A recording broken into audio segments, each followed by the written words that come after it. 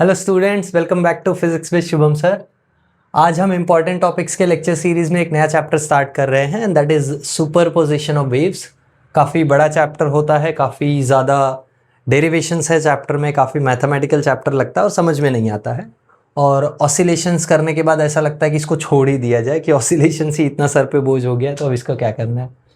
तो मैं बोलूँगा छोड़ो मत, कुछ इंपॉर्टेंट चीज़ें कर लो। जैसे 7 मार्क्स का चैप्टर है विद ऑप्शन, तो काफ़ी हेवी वेटेज भी है, प्लस चैप्टर काफ़ी बड़ा है तो समझ में नहीं आता है कि क्या क्या आ सकता है। तो आज उसी रिलेटेड हम बातें करेंगे। और हाँ, छोटा सा डिस्क्लेमर कि ये चैप्टर या लेक्चर सीरीज़ के जो टॉपिक्स मैं बताता हूँ इस लेक्चर सीरीज़ में, वो टॉपिक्स उन बच्चों के लिए जिनका फिजिक्स थोड़ा सा डिफिकल्ट चल रहा है, जिनको फिजिक्स में परेशानी हो रही है, बोर्ड्स अच्छे से प्रिपरेशन नहीं हो पाया या डिफ़िकल्ट लग रहा है, तो उनके लिए वो सिर्फ ये टॉपिक्स पढ़ के जा सकते हैं, तो ठीक ठाक डिसेंट स्कोर हो जाएगा। बाकी जिन बच्चों का पूरा प्रिपरेशन हो गया अच्छे से, they can proceed with their own concept understanding. पूरा चैप्टर को ही अच्छे से समझो तो ज़्यादा बेटर है। ठीक है, चलो स्टार्ट करेंगे हम पहले टॉपिक से। पहला टॉपिक अगर मैं बात करूं तो देखो, पहला जो टॉपिक होता है, मैं एक बहुत इसमें से बड़ा टॉपिक मैं स्किप करने को एडवाइस कर रहा हूं तुमको। क्यों बोलूं मैं, उसके पीछे मेरा रीज़न ये है कि वो टॉपिक अगर तुम करते हो तो तुमको बहुत ज़्यादा हैवी हो जाता है वो टॉपिक, और फिर बाकी का चैप्टर में से कुछ करने का तुमको कैपेसिटी कम हो जाता है, लगता है कि अब इससे ज़्यादा करेंगे तो भूलने लगेगा। तो मैं जो स्किप करने को बोल रहा हूँ वो है डेरिवेशन ऑफ स्टेशनरी वेव्स, या स्टेशनरी वेव्स के फॉर्मेशन का डेरिवेशन जो है। तो फॉर्मेशन मैं अवॉइड करने को बोल रहा हूँ, बट मैं तुमको बोलूँगा कि properties of stationary wave, stationary wave की सारी प्रॉपर्टीज पढ़ के जाओ, बहुत इंपॉर्टेंट है। अगर तुमको समझो फॉर्मेशन नहीं भी आता है, जो एनालिटिकल फॉर्मेशन है, मैथमेटिकल इक्वेशन से पूरा डिराइव करना, कॉम्पोजिशन सुपरपोजिशन लगा के, ये सब, तो वो सब नहीं आता है तो छोड़ सकते हो, कोई प्रॉब्लम नहीं है। बट हाँ, अगर क्वेश्चन आ गया तो that's the risk that we are willing to take. तुम लेने का सोच रहे हो, पूरा चैप्टर छोड़ने से अच्छा कुछ एक छोड़ो, है ना। तो कमिंग टू दैट, तो अगर तुम सारे प्रॉपर्टीज पढ़ के जाते हो तो भी चांस है कि बहुत हाई चांस होता है कि क्वेश्चन जो है वो तुम्हारे समझ में आ जाएगा और तुम उसका एक्यूरेट आंसर दे पाओगे। जैसे एमसीक्यू होगा तो डेरिवेशन बेस्ड तो होगा नहीं, तो एमसीक्यू प्रॉपर्टी बेस्ड होगा, समझ में आ रहा है। 1 मार्क क्वेश्चन होगा प्रॉपर्टी बेस्ड होगा, या इन जनरल कोई छोटा मोटा न्यूमेरिकल हुआ तो भी प्रॉपर्टी बेस्ड हो सकता है। अगर तुमको फिर भी लग रहा है कि नहीं, कुछ भी छोड़ना नहीं है, तो मैं एडवाइस करूंगा कि खाली इक्वेशन को समझ के चले जाओ कि इक्वेशन क्या होता है, इक्वेशन में कौन कौन सा टर्म क्या होता है, बस उतना भी कर लोगे तो भी फॉर्मेशन तुम्हारा हो गया। ठीक है, आगे बढ़ेंगे। Vibrations on a string, string के वाइब्रेशंस अच्छे से पढ़ो। जब हम बोलते हैं स्ट्रिंग के वाइब्रेशंस तो दो टर्म यहां पे आते हैं, वो है harmonics and overtones. Very very important, इनका जो डेफिनेशन है वो भी पढ़ के जाओ, और इनके बीच में डिस्टिंग्विश जो है वो भी पढ़ के जाओ। तो ऐसा नहीं है कि हार्मोनिक्स एंड ओवरटोन्स सिर्फ स्ट्रिंग का पढ़ के जाओ, in general harmonics and overtones जो है ये तुम्हारे लिए बहुत इंपॉर्टेंट है। अब क्यों मैंने इसके बगल में लिखा है, क्योंकि जब तुम वाइब्रेशंस ऑफ स्ट्रिंग पढ़ोगे तो उसमें तुमको ये वर्ड्स दिखाई पड़ेंगे, हार्मोनिक्स एंड ओवरटोन्स। तो हार्मोनिक्स एंड ओवरटोन्स अगर तुमने पढ़ा तो स्ट्रिंग में भी हार्मोनिक्स और ओवरटोन्स तुमको समझ में आएगा। और इसके बारे में बात की जाए तो मैं यहाँ पे लिख दे रहा हूँ क्या क्या इससे पूछा जा सकता है। वो है definition and distinguish, very important.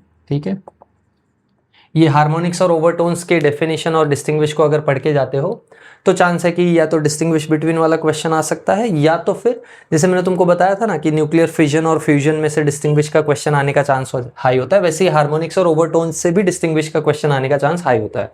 That's why it is written, very important, तो इस पर ध्यान देना। नेक्स्ट आते हैं वाइब्रेशंस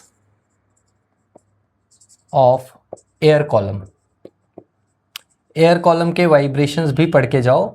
एयर कॉलम के वाइब्रेशंस मतलब ऑर्गन पाइप, ऑर्गन पाइप में क्लोज्ड एंड ओपन एंड दोनों पढ़ के जाओ। बहुत सिंपल डेरिवेशन होता है, पर बहुत हाई चांस होता है 3 मार्क का डेरिवेशन पूछने का। तुमको पूछ देगा कि show that in closed end organ pipe only odd harmonics exist, या ऐसा क्वेश्चन पूछ सकता है, या तो ओपन एंड में सारे हार्मोनिक्स होते हैं, ऐसा कुछ क्वेश्चन पूछ सकता है। So be ready for such questions, इसलिए ये इंपॉर्टेंट टॉपिक्स में इंक्लूड किया है। और हाँ, मैं तुमको पहले भी बता चुका हूँ, मैं वही टॉपिक्स इंक्लूड कर रहा हूँ जो तुमसे डूएबल है, जो तुम कर पाओगे। ऐसा नहीं है कि बहुत हेफ्टी टॉपिक्स डाल दिया है और वो एग्ज़ाम में आया भी नहीं, तो थोड़ा प्रॉब्लम अवॉइड करने का तरीका मैं लेके चल रहा हूँ तुम्हारे लिए। So don't worry about that, वो मेरे दिमाग में है। तुम बोलोगे सर बोलते बोलते पूरा चैप्टर ही बता देते हैं। ओके काफ़ी कुछ छोड़ा है, टेंशन मत लो। डेरिवेशन वाला पार्ट बहुत छोड़ा है। जैसे ये दोनों डेरिवेशंस हैं, पर ये दोनों डेरिवेशंस का मैं ट्रिक बता दूं तुमको, जिनको लग रहा होगा कि डेरिवेशंस है तो नहीं करेंगे। इसमें ट्रिक क्या है कि अगर तुमको एक हार्मोनिक या एक ओवरटोन के बारे में डिराइव करने आ गया, तो ऐसे आगे के सारे सेम प्रोसीजर है, एग्जैक्ट सेम प्रोसीजर है। तो वो ट्रिक है इस डेरिवेशन का। तो 3-4 लाइन अगर तुमको डेरिवेशन में समझ में आ गया, तो आगे का पूरा सब कुछ समझ में आ जाएगा। और अगर समझने के रिलेटेड इंटरेस्टेड हो तो सारे वीडियोस मेरे चैनल पे हैं, लिंक मैं डाल दूंगा डिस्क्रिप्शन में, तुम पूरा चैप्टर विजिट करके देख सकते हो। कोई भी टॉपिक, कोई भी कंफ्यूजन तुम्हारा क्लियर किया जा सकता है, ठीक है, वेरी इजीली। अगर पढ़ने की इच्छा हो तो क्यों नहीं, है ना। सो बोर्ड्स आ रहा है, होनी तो चाहिए इच्छा। चलो एक लास्ट टॉपिक अगर मैं बताऊं तो न्यूमेरिकल्स ऑन बीट्स। बीट्स पे छोटे मोटे न्यूमेरिकल्स पढ़ लेना। जैसे एक कैटेगरी बता देता हूं, ट्यूनिंग फोक वाले न्यूमेरिकल्स, ठीक है। मल्टीपल ट्यूनिंग फोक्स दिए होंगे, बोला होगा कि ये ट्यूनिंग फोक इसके साथ इतने बीट्स प्रोड्यूस करता है, ऐसे ऐसे न्यूमेरिकल्स बनते हैं 3 मार्क वाले। तो ये बहुत इंपॉर्टेंट न्यूमेरिकल होता है, जो या तो 3 मार्क में एक अकेला क्वेश्चन पूछा जा सकता है सी सेक्शन में, या तो फिर डी मार्क में किसी टॉपिक के साथ, इसी चैप्टर के किसी टॉपिक के साथ एक न्यूमेरिकल कंबाइन किया जा सकता है बीट्स पे, ठीक है। तो ये सारे टॉपिक्स हैं सुपरपोजिशन ऑफ वेव्स के। इसमें काफ़ी कुछ मैंने छोड़ा है, जैसे बीट्स का भी एनालिटिकल फॉर्मेशन पूरा छोड़ दिया, ग्राफ्स मैंने पूरे छोड़ दिए हैं जो समझने में डिफ़िकल्टी होती है बच्चों को। तो जो टॉपिक्स मेरे हिसाब से लगता है, मेरे हिसाब से मतलब ये बोर्ड्स के पेपर को एनालाइज करके आता है, ऐसे नहीं कि एक दिन सो के उठे और बताने लगे। No, I check board papers, I correct it and then I understand the pattern, जो पैटर्न चल रहा है पिछले 4 से 5 सालों से। तो उस पैटर्न के हिसाब से मैं बता रहा हूँ तुमको ये सारी चीज़ें। तो आई होप तुमको थोड़ा डुएबल लगा होगा सिचुएशन। एंड या इसको तुम कॉपी डाउन कर सकते हो या स्क्रीनशॉट ले सकते हो, जैसा भी है। And I will be seeing you all in the next video. Bye everyone, have a good day. और कोई भी डाउट रहे तो please put it in the comments. See you.